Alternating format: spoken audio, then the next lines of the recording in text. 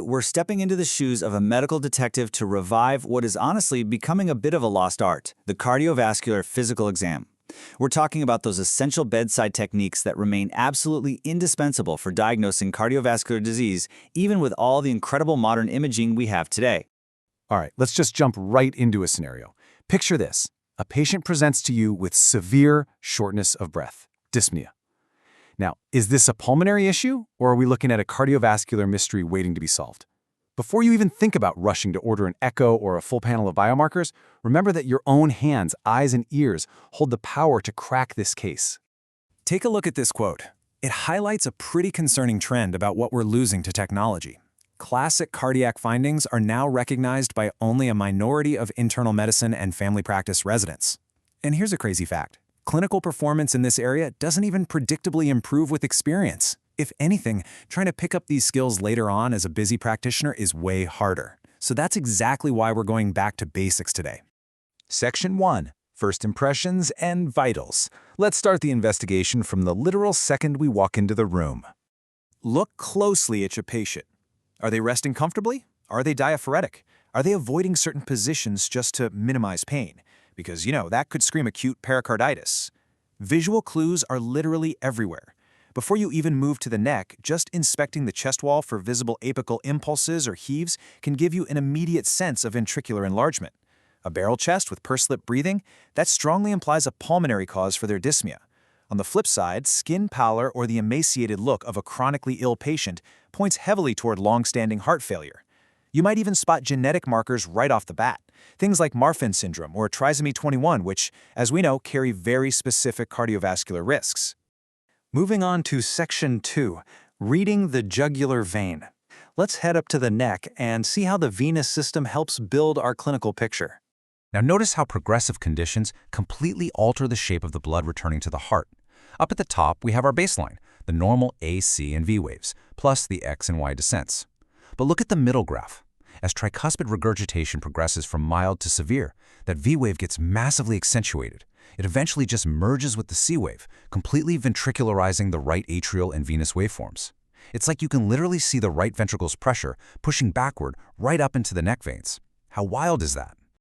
To estimate this pressure at the bedside, we measure the vertical distance between the top of the jugular venous pulsation and the sternal angle. Generally, a distance greater than 4.5 centimeters at a 30-degree elevation is distinctly abnormal. But here's a pro tip from the literature. Use the clavicle for an easier, quicker reference.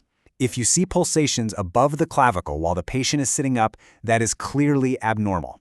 And remember, if you suspect high pressure while they're semi-supine, have them sit up with their legs dangling off the side of the bed. So, the really crucial point here is understanding how breathing affects these veins. Normally, venous pressure should drop by at least 3 millimeters of mercury when a patient breathes in. If you spot Kussmaul's sign, meaning a paradoxical rise, or even just a lack of a fall in the JVP during inspiration, that immediately points us toward constrictive pericarditis or advanced right-sided heart failure. Boom, instant clue. Section 3. Blood pressure mechanics. Measuring BP is something we delegate all the time, but repeating it accurately yourself is a vital step in our detective work. Technique matters immensely here. The patient should be seated, back supported, arm resting right at the level of the mid-right atrium. And here's a surprising yet absolutely critical fact, the 80-40 rule for cuff size. The bladder length should be 80% and the width 40% of the arm circumference. If you grab an inappropriately large cuff, you're actually going to underestimate the true blood pressure. But use a cuff that's too small, you'll overestimate it.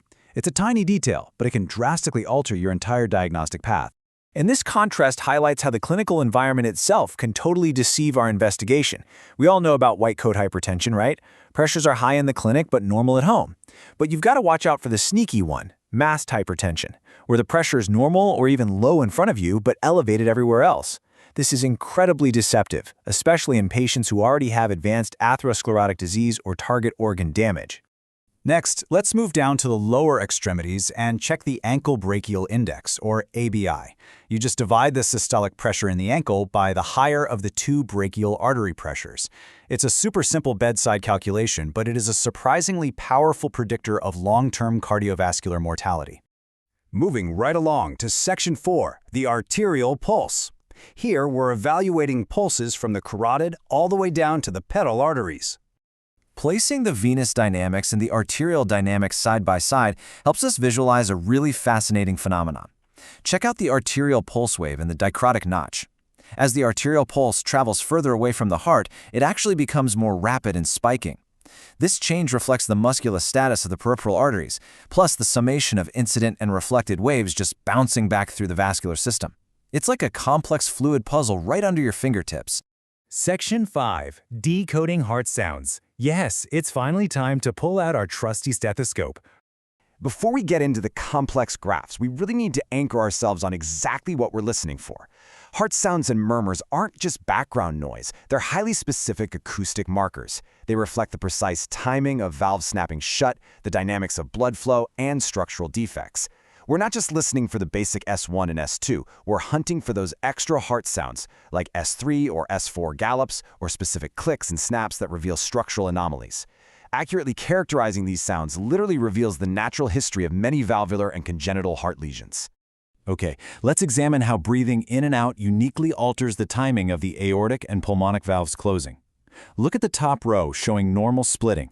During inspiration, the pulmonic valve closure, P2, is delayed compared to A2. But take a look at row B, showing an atrial septal defect. The splitting there is wide and fixed. It never changes with the breath. Or down in row D, where a left bundle branch block or aortic stenosis actually causes reversed splitting. The acoustics tell a perfectly distinct mechanical story. Now, by mapping the exact shape of a murmur against the ECG and ventricular pressure curves, we can pinpoint specific abnormalities. See how a holosystolic murmur, that top curve, spans all the way from S1 to S2? That typically represents mitral regurgitation. Contrast that with the mid-systolic murmur right below it, which peaks right in the middle of ejection. That is a classic hallmark of aortic stenosis. And remember, we don't just passively listen. By changing the patient's physiology right there at the bedside through dynamic maneuvers, like having them stand up, squat, or do a Valsalva maneuver, we actively alter impedance, contractility, and volume.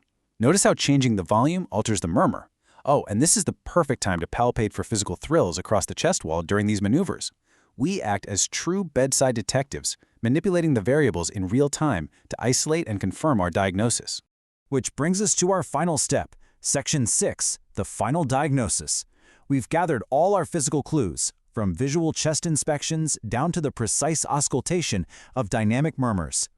So, the big takeaway here is that your eyes, hands, and ears can rapidly direct your clinical decision-making.